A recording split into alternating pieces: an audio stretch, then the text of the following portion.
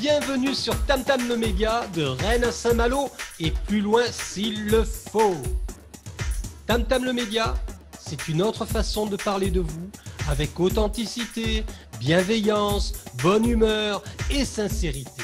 Tam Tam le Média, c'est un réseau social se comptant en plusieurs milliers de membres. C'est un réseau d'amis et de partenaires sur toute la Bretagne et au-delà. Sur Tam Tam le Média, c'est vous qui faites l'actualité à travers des chroniques mettant en lumière qui vous êtes et ce que vous faites. Rejoignez et soutenez Tam Tam le Média. Avec Tam Tam le Média, nous entrons dans l'ère de la coopération. Salut les humains avec un H majuscule, bienvenue sur Tam Tam le Média dans cette émission, dans cette chronique spécifique animée par Delphine Aubino, chronique intitulée « La voix de la bienveillance ». Voilà, la voix de la bienveillance. Bon, j'espère que vous allez tous bien. Je suis ravi de te recevoir Delphine aujourd'hui. Moi aussi, je suis contente d'être ici. Ouais, super, vous aussi, j'espère. Voilà, alors quel est le sujet de ta chronique aujourd'hui ? Alors aujourd'hui, le sujet de ma chronique, c'est comment créer du lien de qualité avec les autres et avec soi-même. Et je me suis intéressée par exemple à comment on faisait les uns avec les autres, comment on s'exprimait notre amour avec les uns et les autres. Love me tender. Love me true. Et pour ça, je me suis intéressée à un livre qui s'appelle « Les 5 langages de l'amour ». Je ne sais pas si tu en as déjà entendu parler, Eric. Les 5 langages de l'amour. Les 5 langages de l'amour. Mais ça me parle. Voilà, c'est Gary Chapman qui a écrit ce livre. D'accord. Et Gary Chapman, il nous dit que en fait, nous, les humains, on a 5 façons d'exprimer notre amour à nos proches ou au monde. Les 5 façons, alors il peut y avoir d'offrir des cadeaux, de rendre des services. Frère, les cadeaux, je suis trop radin. C'est peut-être pas ton langage de l'amour, tout simplement. Donc j'en étais à les cadeaux, rendre des services, passer des moments de qualité avec ses proches. D'accord. Le toucher. Et puis, il y en a un dernier, oui, je l'avais oublié, encourager par des mots, enfin, faire des phrases ou des mots encourageants à ses proches. D'accord. Tu sais que tu as de beaux yeux, tu sais, toi. C'est ça, des compliments. Alors, en fait, moi, ce qui m'intéresse dans cette histoire, c'est qu'on a chacun nos façons d'exprimer notre amour. Mm-hmm. Donc, on va privilégier chacun l'un ou l'autre des langages. Et ce que je trouve intéressant dans cette histoire, c'est que on va aussi porter notre attention, nous, sur ce que les autres font dans ces types de langages-là. Donc, ça peut créer des incompréhensions. Si moi, ma façon d'exprimer l'amour, c'est plutôt en faisant des cadeaux, et que pour l'autre, c'est en encourageant, en faisant des compliments, par exemple, eh bien, on ne va pas forcément être sur les mêmes modes et on ne va pas forcément se rejoindre, sauf si on met de la conscience là-dessus. D'où l'intérêt, voilà, d'avoir un petit peu conscience de ça et de se poser la question aussi, par exemple, dans un couple, qu'est-ce qu'on privilégie plutôt et qu'est-ce que l'autre privilégie plutôt, ce qui me permet de mettre un éclairage sur, par exemple, c'est Armella Leung, donc, qui a écrit plusieurs bouquins, qui a écrit plusieurs BD, pardon, et qui montre dans sa BD l'homme qui arrive avec un bouquet de fleurs, et la femme le voit à peine. Par contre, elle s'énerve parce que l'homme n'a pas essuyé la vaisselle ou n'a pas rendu un service, je ne sais plus lequel. Donc, c'est assez éclairant, je trouve, de se dire que finalement, notre attention et notre intention, on ne le porte pas forcément au même endroit les uns et les autres. Donc, je trouve ça intéressant de se dire, bah voilà, où est-ce que moi je porte mon attention et où est-ce que l'autre porte son attention et où est-ce que c'est où est-ce que c'est son langage de l'amour à lui et de pouvoir décrypter un peu tous ces modes-là. D'accord. Très bien, très intéressant. Voilà. Donc, c'était comme il y a eu Noël enfin, on sort un petit peu de Noël, c'était il y a déjà quelques semaines. Tout à fait. Mais voilà, au moment de Noël, c'est des questions qui se posent, puisque certains sont très attachés à des cadeaux du matériel, en fait. Oui, tout à fait. Alors qu'on peut se dire aussi que sur ces périodes, enfin, quand on offre un cadeau, on peut se dire aussi que c'est un moment de qualité.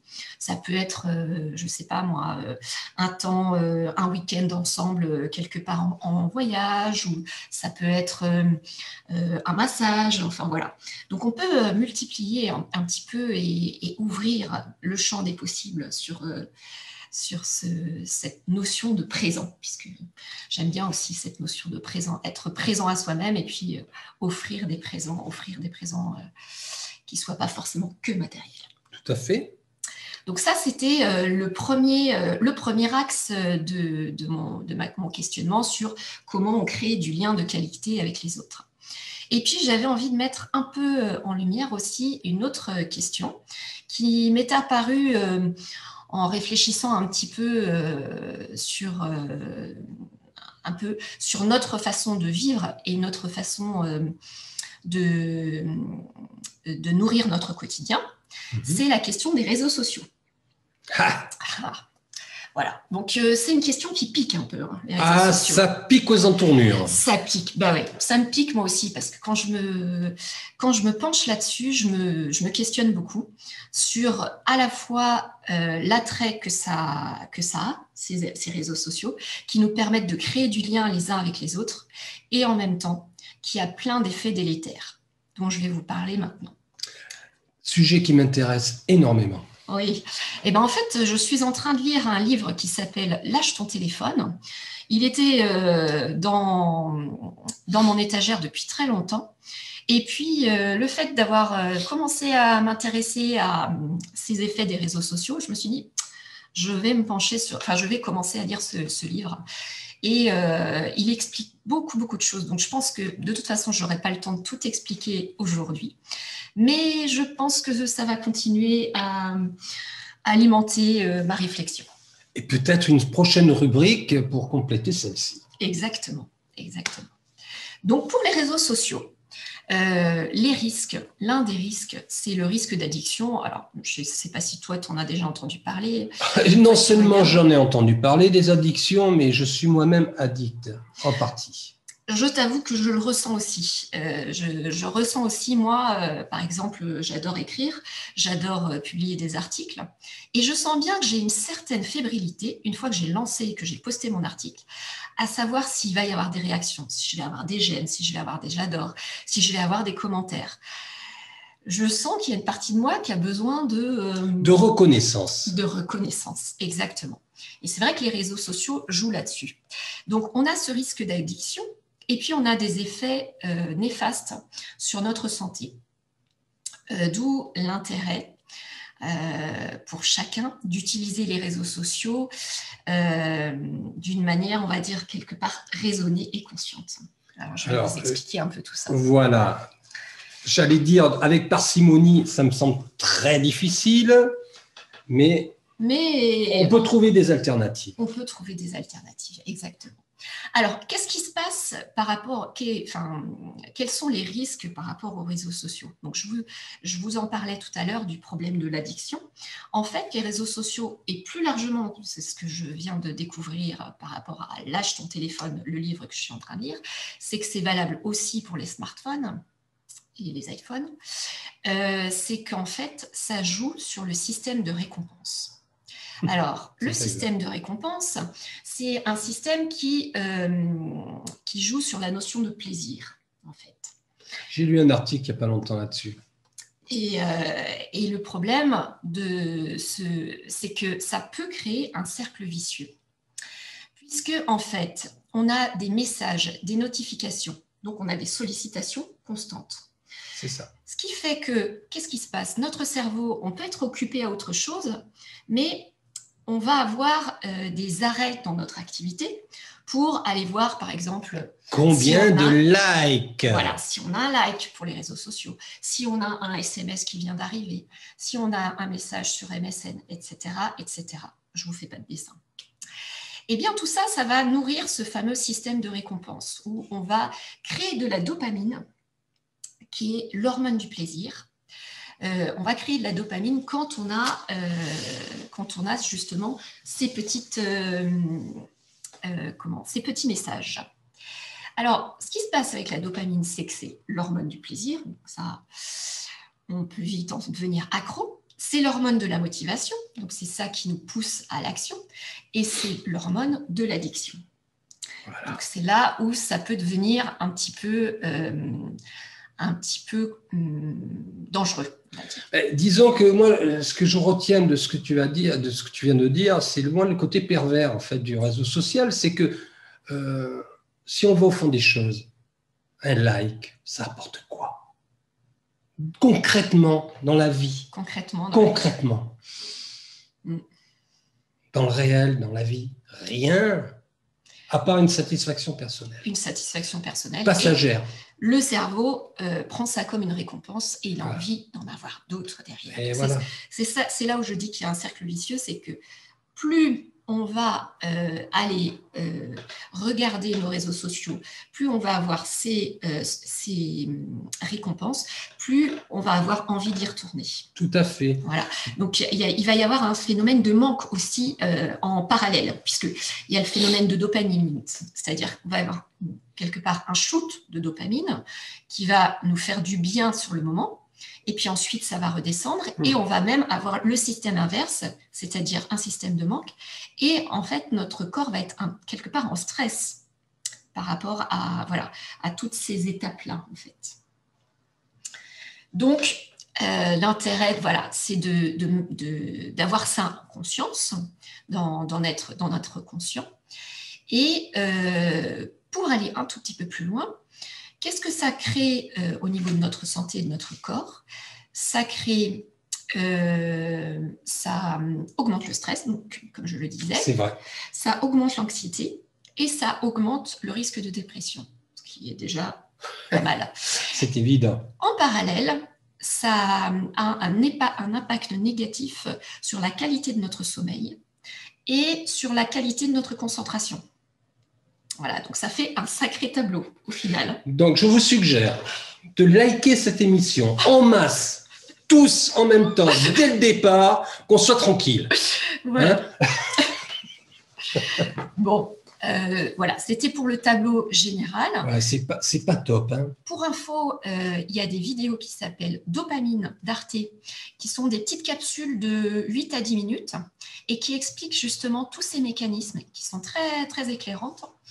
Que je vous invite à aller voir quand vous avez un moment parce que ça permet de comprendre un peu tous ces mécanismes.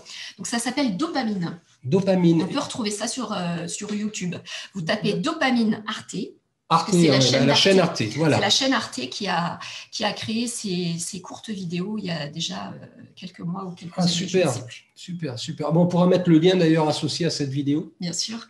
Voilà, super. Alors, si on continue sur les effets délétères, ce qu'on a observé aussi, c'est que ça renforce le sentiment de solitude, ce qui est quand même un comble, puisque si on va sur les réseaux sociaux, c'est justement pour pouvoir répondre à notre besoin de sociabilité. Et au final, quand on fait le bilan, ça renforce notre solitude.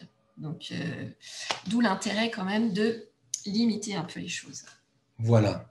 Hein? Et une dernière chose, c'est que pour notre cerveau, ça augmente notre charge mentale. Parce que qu'est-ce qui se passe? Notre cerveau, en fait, a besoin d'une activité continue.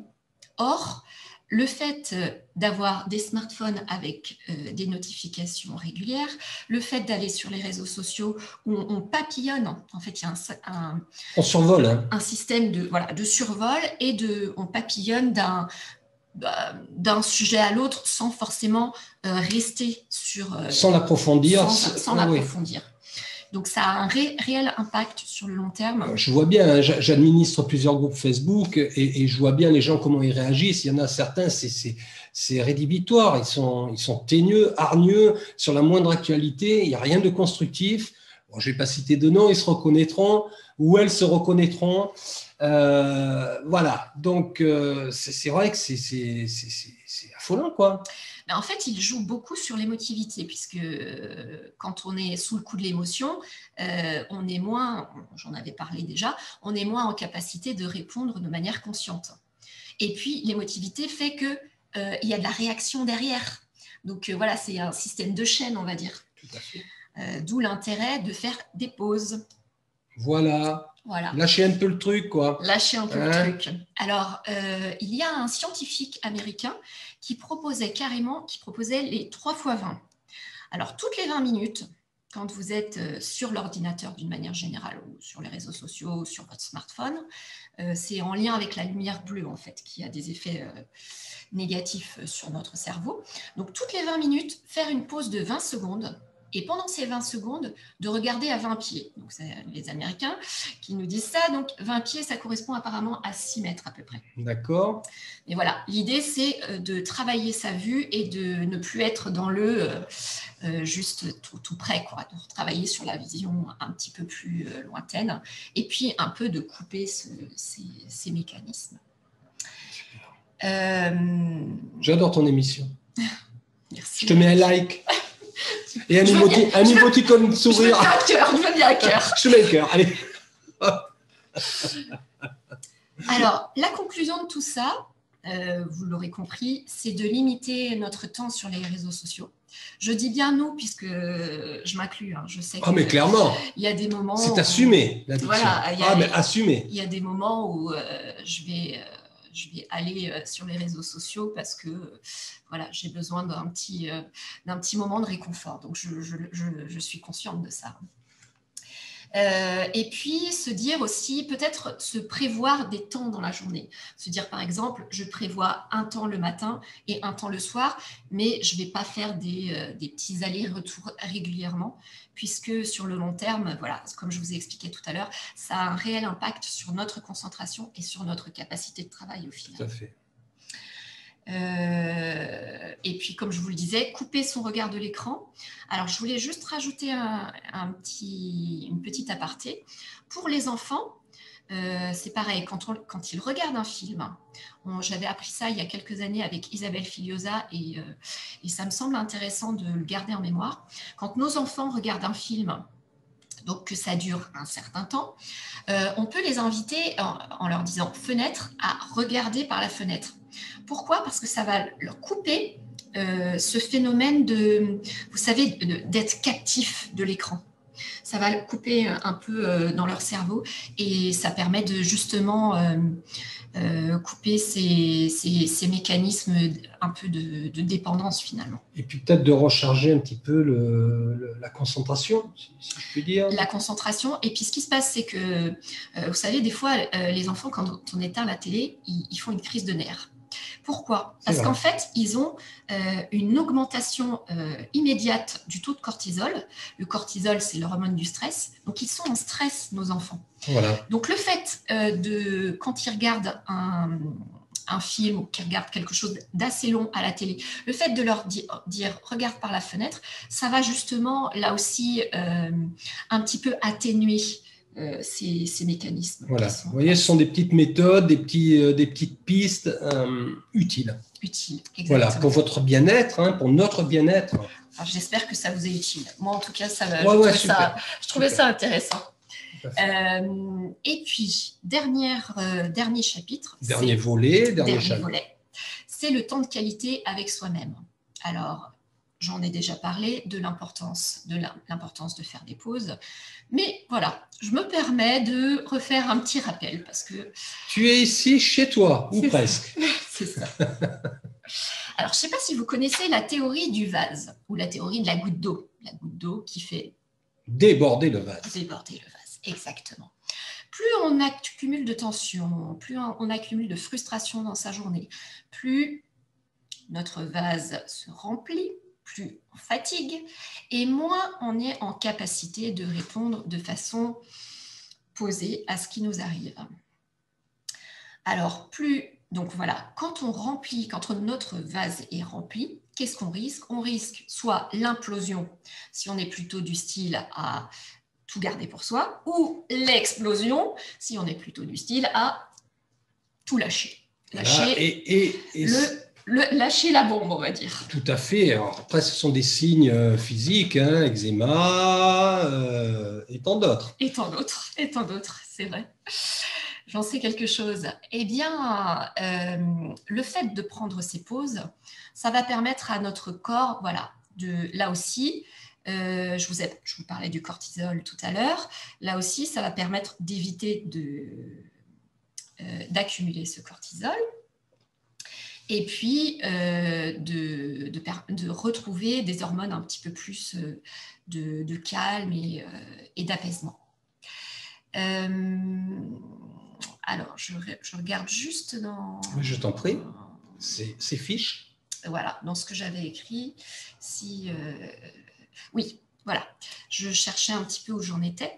Ce qui me semble intéressant à retenir, c'est la notion de régularité. Puisque, comme je vous disais tout à l'heure, plus on accumule, plus à un moment, on risque d'être au-delà de la limite.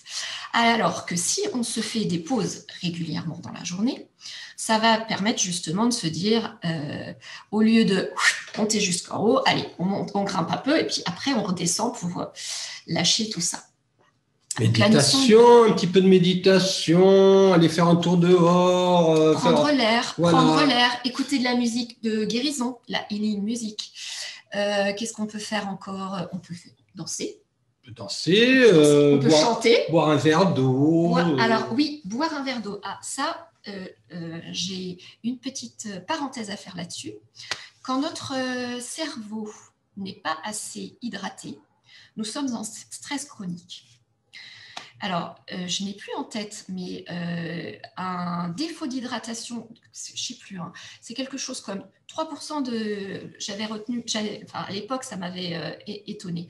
3% d'hydratation en moins, ça crée 20% de stress en plus. C'est quelque chose comme ça. Alors, je vous dis peut-être pas exactement les chiffres, mais ce qu'il faut retenir, c'est que quand on est en manque d'hydratation, eh bien, on crée du stress dans le corps, rien que pour ça. Voilà, et stress, hein, vous savez ce que ça engendre. Hein. On va parler le cancer, entre autres. Mais pas que. Il y a tous les signes avant-coureurs, il y a tout ce qui se manifestait avant. Non, mais là, je voulais frapper un grand coup. Un grand coup. Donc, évidemment, le verre d'eau, c'est très important. Et d'ailleurs, donc petit aparté, quand vos enfants rentrent de l'école, commencez par leur faire boire un verre d'eau parce que dans la journée, ils n'ont pas forcément accès à une bouteille d'eau ou un verre d'eau régulièrement. Donc déjà, leur permettre de s'hydrater. Et puis comme tu dis, c'est vrai que dans la journée, on a beaucoup de tension, de frustration dans les relations avec les autres, avec la maîtresse, etc. Donc là, ça va là aussi permettre de contrebalancer tous ces effets-là. J'adore ton émission. Merci. Alors, quand je parlais de régularité tout à l'heure, je voulais juste vous faire une petite réflexion que j'avais entendue avec Isabelle Padovani, qui est une formatrice en communication. Je connais. Que j'aime beaucoup et qui fait plein de chroniques où... Sacrée personnalité. Hein. Une très belle personnalité. Et qui assume ce qu'elle est. Oui, exactement. Et qui nous donne plein de pistes dans notre quotidien et dans notre façon de vivre avec nous-mêmes et avec les autres. Faut-il être encore... alors, je ne vais pas parler de capacité d'écoute, mais faut-il être encore... avoir envie d'écouter. Voilà. La capacité, ça se travaille. Voilà. Ça s'acquiert. Ça s'acquiert, ouais. Eh bien, Isabelle Padovani, quand je parlais de régularité dans les pauses tout à l'heure, elle disait, on aura beau faire une méditation d'1 heure, 1 heure et demie le matin, être bien cocoon chez nous, une fois qu'on commence la journée, on a les petites frustrations qui arrivent. Je ne trouve pas mes clés. Où est le cartable de mon fils, etc. etc. Bon, j'en passe, et d'autres. J'ai plus de café. Il n'y a plus de café. La voisine fait du boucan. Exactement. Et Ça peut continuer comme ça. Donc voilà, donc l'idée de faire des pauses régulièrement, c'est justement de permettre à son corps d'évacuer tous ces petits stress accumulés qui peuvent devenir gros stress. Et puis, un dernier petit rappel sur la cohérence cardiaque, l'intérêt de la cohérence cardiaque, je vous en ai parlé déjà. Mais... Quand elle vient, c'est jamais pour rien. Vous repartez avec votre bagage. Hein, allez, je te mets un like et je te mets vous piochez, hein, un émoticône sourire. Vous piochez là-dedans. Donc, la cohérence cardiaque, je vous en avais déjà parlé. L'idée, c'est pendant 5 minutes, toutes les 5 secondes, on inspire, 5 secondes, on expire, et ça pendant 5 minutes. 5 secondes, on inspire, 5 secondes, on expire. Alors, quel est l'intérêt de cet exercice? L'intérêt de cet exercice, comme je vous l'avais expliqué, ça va être de permettre que votre rythme cardiaque et votre rythme respiratoire se mettent en cohérence, que vous ayez des hormones, justement, je vous disais, d'apaisement et de calme que vous sécrétiez ces hormones-là. Qui se régénèrent. Et qui permettent d'être dans un état un petit peu de calme et de paix. De bien-être. De bien-être. Il paraît qu'il y a même comment ça s'appelle, des chirurgiens cardiaques maintenant qui conseillent ça à leurs patients. C'est dire si ça se vulgarise. Ça se démocratise. Donc, ces 5 minutes-là, les effets de cet exercice durent pendant 3 heures. D'où l'intérêt de faire une fois le matin, une fois le midi, une fois dans l'après-midi, voire une fois le soir avant de se coucher, pour avoir notre journée qui est toujours en zen attitude. Pendant que tu parlais, je m'entraînais en douce à faire ces respirations et j'ai failli bâiller. Ouais, bah oui. Alors ça, le bâillement, ça c'est à accueillir évidemment. Alors, je sais pas si. Alors, je bâillerai après. Hein. Ouais. Ça me donne envie de bâiller aussi. Je ne sais pas si vous le savez, mais ça c'est pareil. C'est le bâillement. Des fois, on dit ne bâille pas, machin. Hein. Eh bien, en fait, le bâillement, c'est ce qui nous permet de relâcher nos muscles. Donc, n'hésitez pas, apprenez à bâiller et autorisez-vous à bâiller, puisque ça veut dire que votre corps est en train de lâcher, relaxer. De lâcher prise. Voilà. De se relaxer. Donc, extraordinaire émission, extraordinaire. Voilà. Alors, la conclusion de tout ça. La conclusion. Hein? J'avais une petite conclusion. Bah oui. Le petit clin d'œil. Bah oui. Donc, offrez-vous des temps de qualité avec vous-même, des temps de qualité avec vos proches. Alors, Facebook, les réseaux sociaux, c'est bien, mais un petit café ou un petit temps de qualité avec un ami au téléphone, c'est bien aussi. Ou en vrai. Ou en vrai, c'est bien. Oublions aussi. Le virtuel. Rencontrons-nous. Ce qui est le cas. Exactement. Voilà, on a pris le temps ce matin, Delphine et moi, de boire une boisson chaude et de parler. D'échanger. Pour moi, c'était super. Et on a pris le temps. C'est très riche. Et donc, la dernière question que j'avais envie de vous poser, c'est qu'est-ce qui te fait du bien? Oui, qu'est-ce qui te fait du bien, toi? Qu'est-ce qui te fait du bien? Et toi? Voilà, donc mets de l'attention là-dessus, puisque, comme le dit Deepak Chopra et d'autres, c'est là où on met notre attention que les choses peuvent grandir. Donc, qu'est-ce qui te fait du bien? Et j'avais envie de dire, à différencier de qu'est-ce qui te fait plaisir. Voilà, je termine là-dessus, avec un petit clin d'œil. Merci Delphine pour cette magnifique émission que vous retrouverez. Alors maintenant, je n'impose rien au niveau des cadences d'émission, donc Delphine, c'est quand tu veux. Voilà. Merci. Je lance un petit message à ceux qui nous écoutent. Si vous aussi, vous avez envie d'alimenter Tam Tam le média à travers une chronique, vous êtes les bienvenus, vous me soumettez votre chronique, on en discute, on peut la faire évidemment ici, mais si vous habitez alentour, proche de Dinard ou à Dinard, mais on peut aussi la faire en visio, c'est tout à fait réalisable. On peut proposer une chronique de qualité en visio. Voilà.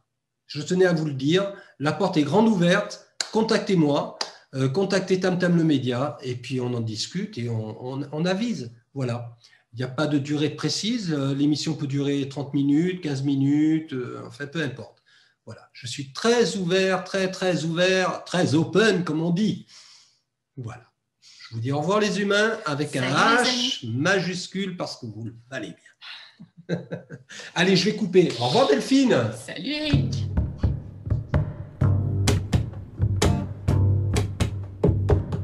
Tam tam tam tam, je t'entends. Tam tam tam tam, je t'entends. Tam tam